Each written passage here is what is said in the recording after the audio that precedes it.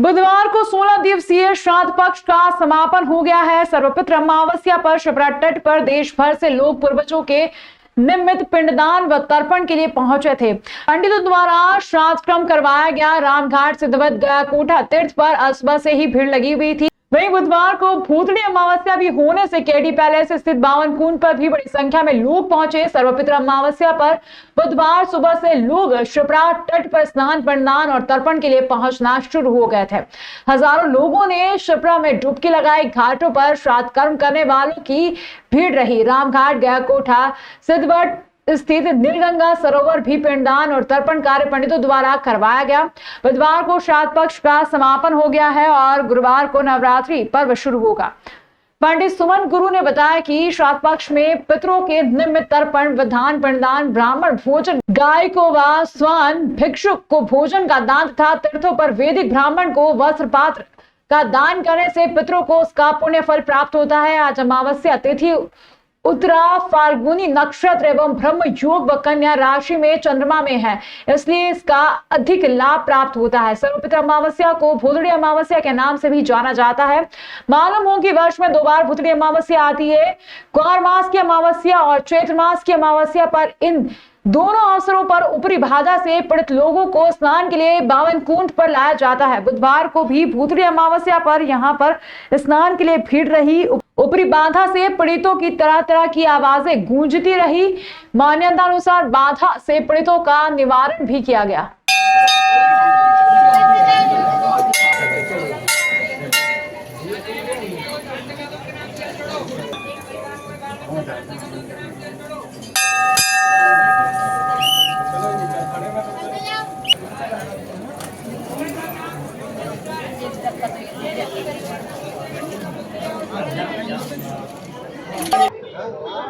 अष्टादश पुराणेषु व्यास द्वय वचनानि 18 पुराण के हिसाब से हमारे हिंदू धर्म में एक एक तिथि मानी गई है, जो 16 तिथियां होती है। आज सर्वपित्र महापक्ष का आखिरी दिन है। इस आखिरी दिन में हमें जिसकी तिथि नहीं ज्ञात होती है, हम उन सारे पितरों के निमित्त दूध, जल, तुलसी पत्र और बीज युक्त फल प्रदान करते हैं, जिससे हमारी उत्तर पीढ़ियाँ प्रसन्न होती है। इसके अलावा हमारी समिति के द्वारा यहाँ पर आप लोग जो भी पूजन करने आते हैं, उनके सकल पितरों के निमित्त हम हवन करते हैं और प्रसादी का वितरण करते हैं और उनको सबको विदा करते हैं। कहते हैं कि पितर जो है आसमान से आकर के धरती पे आते हैं और पुनः वापस आसमान में लौट जाते हैं और उनकी छाया हमारे ऊपर बनी रहती है। ये सिद्धवट मंदिर है, यह प्रेतशिला तीर्थ है। यहाँ पर पितरों के मोक्ष के लिए लोग दूर दूर से तर्पण, पितृ शांति की पूजा और यहाँ दूध चढ़ाने का महत्व है। यह साल की आज सबसे बड़ी अमावस्या के रूप में आज इसको माना जाता है। दूर दूर से लोग अपने पितरों के मोक्ष के लिए यहाँ भगवान सिद्धनाथ महाराज को दूध अर्पण करते हैं, जो अपने समस्त पितरों का मोक्ष करते हैं। सिद्धवट मंदिर है। जिला पंचायत सदस्य ओम राजौरिया ने बताया कि मध्य प्रदेश के पूर्व मुख्यमंत्री शिवराज सिंह चौहान ने महिला स्व सहायता समूह को आत्मनिर्भर बनाने को लेकर मध्य प्रदेश में एकमात्र उज्जैन जिले के कायथा में टोल टैक्स वसूलने का जिम्मा महिलाओं को दिया था। महिलाओं को 30% कमीशन सरकार ने तय किया था। 2 वर्ष में 2 करोड़ के करीब टोल टैक्स वसूला गया। समूह की महिलाओं को 12,000 रुपए महीने वेतन दिया जाता है जो काम करती है, किंतु वे अमानत में खयानत कर सरकार के टोल टैक्स का पैसा भी ले रही हैं और नगद राशि लेकर कैमरे के सामने आकर गाड़ी साइड में निकाल रही हैं। ये खेल तो वर्षों से चल रहा है। इस समूह की पहली अध्यक्ष परवीन कोसर थी। 1 वर्ष से अधिक समय ये रही। फिर इनके लेन देन के वीडियो सोशल मीडिया पर वायरल हुए थे। महिलाओं के पैसे लेन देन के वीडियो सोशल मीडिया पर आने के कारण जिला पंचायत की साधारण सभा की बैठक में उज्जैन जिला पंचायत सदस्य ओम प्रकाश राजौरिया ने मामला उठाया था। NRLM DPM अमित ब्रजवानी ने जवाब दिया था कि उनसे माफीनामा लिखवाकर छोड़ दिया गया है। उनके जवाब में असंतुष्ट जिला पंचायत सीईओ मृणाल मीणा ने तत्काल कार्यवाही कर जिन जिन महिलाओं के वीडियो सोशल मीडिया पर जारी हुए हैं उन्हें हटाकर पुलिस थाने में FIR दर्ज कराने के आदेश दिए थे। फिर से अवैध वसूली शुरू हो गई है। एमपीआरडीसी का कर्मचारियों की ड्यूटी रहती है, इस गबन में वो भी बराबर का हिस्सेदार है। कुछ प्रत्यक्षदर्शी लोगों का यह भी कहना है कि जो एमपीआरडीसी का कर्मचारी परिचित लोगों से फोन पे करवा लेता था, मामले की सूक्ष्मता से जांच होगी तो कोई भी गबन करने वाला बच नहीं पाएगा। इस मामले में जिला पंचायत सदस्य ओम प्रकाश राजौरिया से चर्चा की तो उन्होंने कहा, महिलाओं को आत्मनिर्भर बनाने को लेकर हमारी सरकार ने कहा था टोल टैक्स वसूलने का ठेका स्व सहायता समूह की महिलाओं को दिया था। मेरे पास वीडियो आया है, सभी महिलाओं पर सख्त कार्रवाई कर पुलिस थाने में एफआईआर दर्ज होना चाहिए। मतलब सरकार की तत्कालीन मुख्यमंत्री शिवराज चौहान जी ने महिला समूह को देने के उद्देश्य से, आत्मनिर्भर बनाने के उद्देश्य को लेकर मेरे जिला पंचायत वार्ड के मेरे ग्राम कायथा में हमारे ही हाथों वर्चुअल हमने उनको सौंपा था। वो माननीय मुख्यमंत्री जब से वर्चुअल जुड़े थे तत्कालीन सीएम साहब शिवराज चौहान जी, और उस समय अब सरकार की मंशा थी कि महिला समूह को आगे बढ़ाना, उनको आत्मनिर्भर बनाना उद्देश्य को लेकर। लेकिन चूंकि क्या है कि जब से महिला समूह को दिया है, पहले भी कई शिकायत आई आती रही, लेकिन अभी 2 महीने पहले अभी 4-5 महिलाओं के वो वीडियो पेश लेते वीडियो जारी हुए, तो उसको लेकर मीटिंग मुद्दा आया, तो फिर 4-5 महिलाओं को हटाई थी। और बाकी अभी मुश्किल से 4-5 दिन पहले बाकी और महिलाओं के वीडियो भी आए हुए हैं, तो उसकी मैंने भी मैंने मैडम को शिकायत की है। मुझे तो जिनने भी ये सरकार का पैसा है अमानत है ना, एक तो इनको सरकार 12,000 वेतन दे रही थी मेरे समूह को, तो वेतन भी ले रही है और पैसा दे रही है, तो इनसे 2 वर्ष से जब से पैसे ले रही है, सारे पैसे इनसे वसूल किए जाए और इनके सबके खिलाफ पुलिस में एफआईआर दर्ज की जाए। इसमें एमपीआरडीसी के अधिकारियों की भूमिका है क्या? हाँ है ना, इसमें सब क्या है कि एमपीआरडीसी का एक एमपीआरडीसी और एनआरएम दोनों की मॉनिटरिंग है इसके अंदर। तो अपने एमपीआरडीसी का एक कर्मचारी है वहाँ, क्या नाम उसका, सुमित राठौर करके, वो 24 घंटे में रहता है, तो उसकी भी भूमिका है। मेरे पास मौखिक रूप से कई महिला काम कर रही है, इन्होंने बोला कि वो सायापुर साइड का रहने वाला है और उधर सायापुर साइड के जो लोग निकलते हैं तो उसको फ़ोन पे कर देते हैं वो राशि। तो कई आपको वीडियो मैंने दिए उनके मेरे समूह को, तो उनने कई लोग फ़ोन पे करवाए हैं और कई लोगों को उनने पैसे लेके उन्हें छोड़े हैं। नीमच से एक परिवार अपने भाई के यहाँ उज्जैन देवास रोड पर शादी समारोह में शामिल होने के लिए आया था। इसी दौरान शादी समारोह का कार्यक्रम चल रहा था और महिला आए हुए मेहमानों के लिए चाय बनाने के लिए जब गैस चालू करने के लिए गई, तब अचानक गैस की नली फट गई और जिससे महिला पूरी तरह से झुलस गई। घटना के बाद महिला को उपचार के लिए जिला अस्पताल में भर्ती कराया गया। बताया जा रहा है कि माधवनगर थाना क्षेत्र में महिला अपने भाई के यहाँ पर शादी समारोह में शामिल होने के लिए आई थी। शादी का प्रोग्राम चल ही रहा था, महिला चाय बना रही थी, तभी यह हादसा हुआ है। फिलहाल महिला की स्थिति सामान्य है, जिसे उपचार के लिए जिला अस्पताल में भर्ती किया गया है। हम तो क्या चाय बना रहे थे मेहमानों के लिए, काम सब निपट चुका था, नली फटी थी और हम तो इनको लेके सीधे हॉस्पिटल भागे। बाकी नुकसान तो इसके अलावा कुछ भी नहीं हुआ। तो कहाँ पर जल गई? ये धर्मशाला थी, कोई नाम हमें मालूम नहीं है, उज्जैन के अंदर देवास रोड पर ये धर्मशाला। बाकी नुकसान कुछ भी नहीं हुआ है, सिर्फ इनके पाँव में लगी। तो किस प्रकार का हादसा हुआ, क्या करने गए? चाय बना रहे थे ये मेहमानों के लिए, और कुछ भी नहीं हुआ, इसके अलावा कुछ भी नहीं हुआ। अरविंद नगर में रहने वाले करीब 150 से अधिक लोग जन सुनवाई में अपनी समस्या का समाधान करने के लिए पहुंचे। दरअसल इन लोगों की एक ही समस्या है, जिन्हें मकान फ्री होल्ड चाहिए।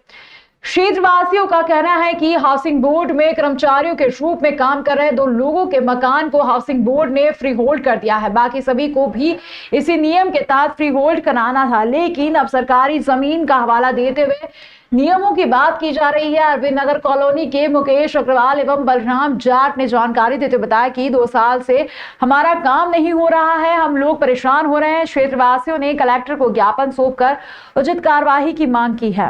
बलराम जाट ने आरोप लगाते हुए कहा कि हाउसिंग बोर्ड ने भेदभाव पूर्वक अपने कर्मचारियों को मकान पर फ्री होल्ड दे दिया है, बाकी अन्य लोगों को भी फ्री होल्ड देना था, लेकिन उसके बजाय उन्होंने अरविंद नगर को शासकीय जमीन बताते हुए कलेक्टर के पास जाने का हवाला दे दिया है। क्षेत्रवासियों का कहना है कि अगर कलेक्टर द्वारा हमारी बात नहीं मानी गई तो और कोई कार्यवाही नहीं की गई तो हम आने वाले समय में मुख्यमंत्री से भी चर्चा करेंगे और अगर धरना प्रदर्शन करना पड़ा तो वह भी करेंगे। और हम 2 वर्ष से हाउसिंग बोर्ड में चक्कर खा रहे हैं, वो बार बार मतलब जो है हमें आश्वासन देते हैं और ना तो काम करते हैं, और बता देते हैं कलेक्टर साहब के पास जाओ, एसडीएम साहब के वहाँ भी गए हम, वो फाइल भी नहीं भेज रहे हैं, वहाँ मांग रही है एसडीएम साहब ने, जबकि 2 व्यक्ति का कर दिया गया है वहाँ के जो कर्मचारी था हाउसिंग बोर्ड का, उसका फ्री होल्ड हो गया और हमारा फ्री होल्ड में वो मना कर रहे हैं कि ये शासकीय है। तो शासकीय तो उनका कैसे हो गया? क्या उनके लिए अलग से कोई नियम लागू है क्या? ये हमें खाली मतलब बेवकूफ़ बना रहे हैं। हमारी ये समस्या थी, हाउसिंग बोर्ड में हमने 2 साल पहले सभी लोगों के द्वारा आवेदन मकानों के फ्री होल्ड करने के संबंध में दिए थे, किंतु हमें बार बार आश्वासन दिया जाता रहा, किंतु हमें आज तक आवेदन लेने के पश्चात भी 2 वर्ष बीत जाने के पश्चात भी अभी तक हमारे मकान फ्री होल्ड नहीं किए गए और ये बताया गया कि ये जो अरविंद नगर है वो शासकीय भूमि है और इस संबंध में कलेक्टर जो है वो जो है उन्हीं को अधिकार है फ्री होल्ड करने का। जबकि इसी संबंध में 2 अरविंद नगर के निवासी मोतीलाल जी पालेचा, जिनका मकान नंबर 35, उनके द्वारा जो है आवेदन दिया था फ्री होल्ड करने के संबंध में, उन्हें फ्री होल्ड कर दिया गया। इसी तरह कुलमी करके मकान नंबर 43, उनका भी फ्री होल्ड कर दिया। हमारी समस्या और उनकी समस्या एक थी, किंतु हमारे साथ भेदभावजनक व्यवहार अपनाया जा रहा और हमें 2 साल से हमारे मकानों का फ्री होल्ड नहीं किया जा रहा। मध्य प्रदेश के उज्जैन में गांधी जयंती के अवसर पर नेशनल क्लीन एयर प्रोग्राम के तहत उज्जैन नगर पालिका एवं स्मार्ट सिटी द्वारा कोठी रोड से ग्रैंड होटल तक साइकिल रैली का आयोजन किया गया। इस अवसर पर स्वच्छता और वायु की सुरक्षा पर शपथ उपस्थित अतिथियों द्वारा ली गई। इस आयोजन में विधायक अनिल जैन कालूवेड़ा, महापौर मुकेश टटवाल, निगम अध्यक्ष कलावती यादव, कलेक्टर नीरज कुमार सिंह, निगम आयुक्त Ashish Pathak, smart city CEO Sandeep Shiva एवं बड़ी संख्या में साइकिल प्रेमी उपस्थित रहे। साइकिल रैली का उद्देश्य लोगों को स्वच्छ वायु और पर्यावरण के महत्व के बारे में जागरूक करना था। इस अवसर पर उपस्थित अतिथियों ने स्वच्छता और वायु की सुरक्षा के लिए शपथ ली और लोगों को भी इसके लिए प्रेरित किया। उज्जैन नगर पालिका एवं स्मार्ट सिटी द्वारा आयोजित इस कार्यक्रम का मुख्य उद्देश्य लोगों को स्वच्छ वायु और पर्यावरण के महत्व के बारे में जागरूक करना था। इस कार्यक्रम में लोगों को स्वच्छता और वायु की सुरक्षा के महत्व के बारे में पता चला और वे इसके लिए प्रेरित हुए। प्रयोग में समझदारी बरतूंगा। उज्जैन नगर पालिका निगम और स्मार्ट सिटी के तत्वाधान में 2 कार्यक्रम संपन्न हो रहे हैं। आज भारतीय जनता पार्टी के सब लोग कार्यकर्ता गांधी जी की मूर्ति पर माल्यार्पण करेंगे और उसके बाद खादी की दुकान पर जाकर के खादी खरीदने के साथ साथ उज्जैन नगर पालिका निगम का हमारे बंधुजन नगर पालिका निगम के कर्मचारी उनके साथ भोजन का कार्यक्रम होगा। उनके साथ कार्यक्रम जो स्वच्छता का ये भी संपन्न है। हमारे यशस्वी प्रधानमंत्री माननीय नरेंद्र मोदी जी के द्वारा जो स्वच्छता को लेकर पूरे भारतवासियों से आह्वान किया गया था, उसी कार्यक्रम में लगभग 10 वर्षों से पूरे देश में स्वच्छता के कार्यक्रम चलाए जा रहे हैं और 17 सितंबर प्रधानमंत्री जी के जन्म दिवस के दिन से आज 2 अक्टूबर तक ये स्वच्छता पखवाड़ा चल रहा था। इसी के कार्यक्रम में आज स्वच्छता ही सेवा है और उसी के दृष्टि से स्वच्छता के साथ साथ हमारे पर्यावरण, हमारा वातावरण भी दूषित ना हो, वायु प्रदूषण भी ना हो और साइकिल रैली का आज यहाँ पर एक स्मार्ट सिटी और नगर निगम के संयुक्त प्रयास से ये साइकिल रैली निकाली गई है। लायंस इंटरनेशनल द्वारा प्रतिवर्ष सेवा सप्ताह का आयोजन किया जाता है। सितारतमई में डिस्ट्रिक्ट 3233 G2 के अंतर्गत लायंस ऑफ उज्जैन द्वारा प्रतिवर्षानुसार इस वर्ष भी सेवा सप्ताह का आयोजन 2 अक्टूबर से 8 अक्टूबर तक किया जा रहा है। Lions first vice district governor Praveen Vashishtha ने बताया कि लायंस इंटरनेशनल सेवा और कल्याण के लिए समर्पित है।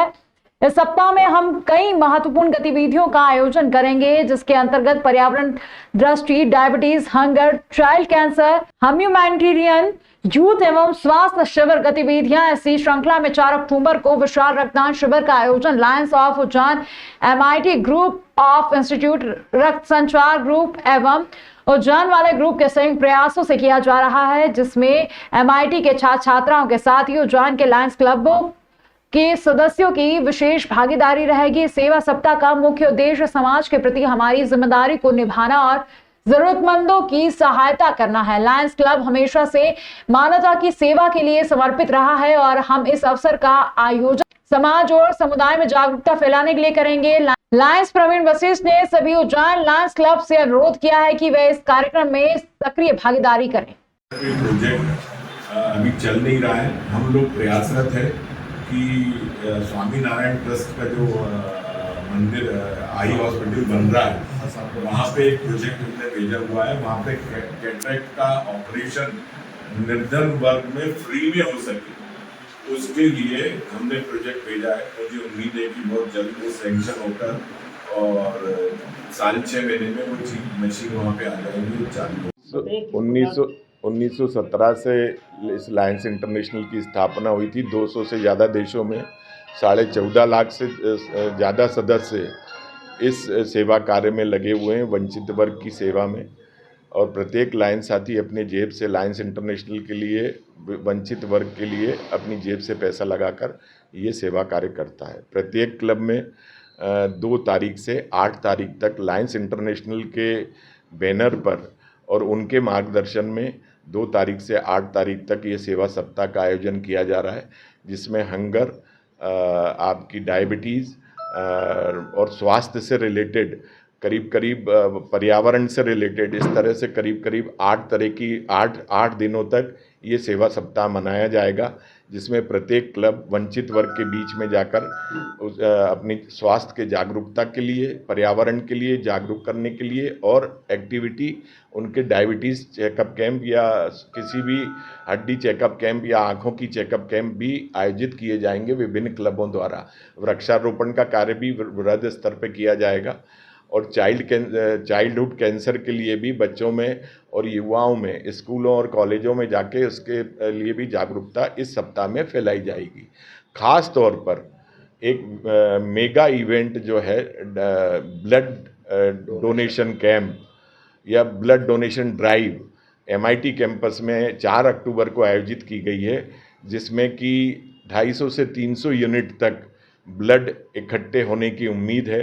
35 क्लब उज्जैन में हैं। 35 क्लब के सभी सदस्य और MIT कैंपस के स्टूडेंट्स और स्टाफ मिलकर ये ब्लड डोनेट करेंगे, जिसका कि वंचित वर्ग में इस ब्लड का ताकि उपयोग हो सके। इसमें माननीय कलेक्टर साहब और नगर निगम की सभापति कलावती दीदी से बात हुई है, वो भी वहाँ पे अतिथि के रूप में उपस्थित होंगे और सबका उत्साहवर्धन करेंगे। आपका नाम और पद? मैं lion Praveen Vashishtha, first vice district governor, Lions International, district 3233G2। बुधवार को देश भर में महात्मा गांधी और लाल बहादुर शास्त्री की जयंती बड़ी ही सादगी एवं भक्ति भाव के साथ मनाई गई। उज्जैन में जिला कांग्रेस ने शहीद पार्क से सुबह 7 बजे प्रभात फेरी निकाली, जो शहर के विभिन्न मार्गों से होती हुई क्षीरसागर गांधी उद्यान पर पहुंची। यहां पर गांधी जी की प्रतिमा पर माल्यार्पण कर गांधी जी अमर रहे के नारे लगाकर याद किया। कांग्रेस कार्यकर्ता और सेवा दल कार्यकर्ताओं ने गांधी जी के भजन गाए। 2 अक्टूबर बुधवार को पूरे देश में महात्मा गांधी की जयंती बड़ी भक्तिभाव एवं सादगी के साथ मनाई गई। देश भर में सभी जगह महात्मा गांधी को याद कर पुष्पांजलि अर्पित की गई। उज्जैन में भी शहीद पार्क से सुबह 7 बजे प्रभात फेरी निकाली गई। लाल बहादुर शास्त्री गांधी जी के पोस्टर पर माल्यार्पण कर हाथ में तिरंगा लेकर यह प्रभात फेरी उज्जैन के शहर कांग्रेस अध्यक्ष मुकेश भाटी और ग्रामीण जिलाध्यक्ष कमल पटेल के नेतृत्व में यह प्रभात फेरी निकाली गई, जिसमें कांग्रेस और सेवा दल के कार्यकर्ता शामिल हुए। क्षीरसागर स्थित गांधी बाल उद्यान से प्रभात फेरी पहुंची। उज्जैन जिला कांग्रेस और शहर कांग्रेस की प्रभात फेरी में कांग्रेसी पूर्व विधायक, पार्षद और कार्यकर्ता मौजूद रहे। कांग्रेस जन ने प्रभात फेरी में बापू के भजन करते हुए शामिल हुए। शहर कांग्रेस अध्यक्ष, जिला अध्यक्ष और नेता प्रतिपक्ष ने गांधी जी की प्रतिमा पर माल्यार्पण कर महात्मा गांधी अमर रहे के नारे लगाए। कांग्रेस कार्यकर्ताओं ने पुष्पांजलि कर गांधी जी और शास्त्री जी को याद किया। इस दौरान गांधी जी की प्रतिमा के सामने बैठकर बापू के कई भजनों को कांग्रेस कार्यकर्ताओं ने गाया, जिसके बाद सभा का आयोजन किया गया।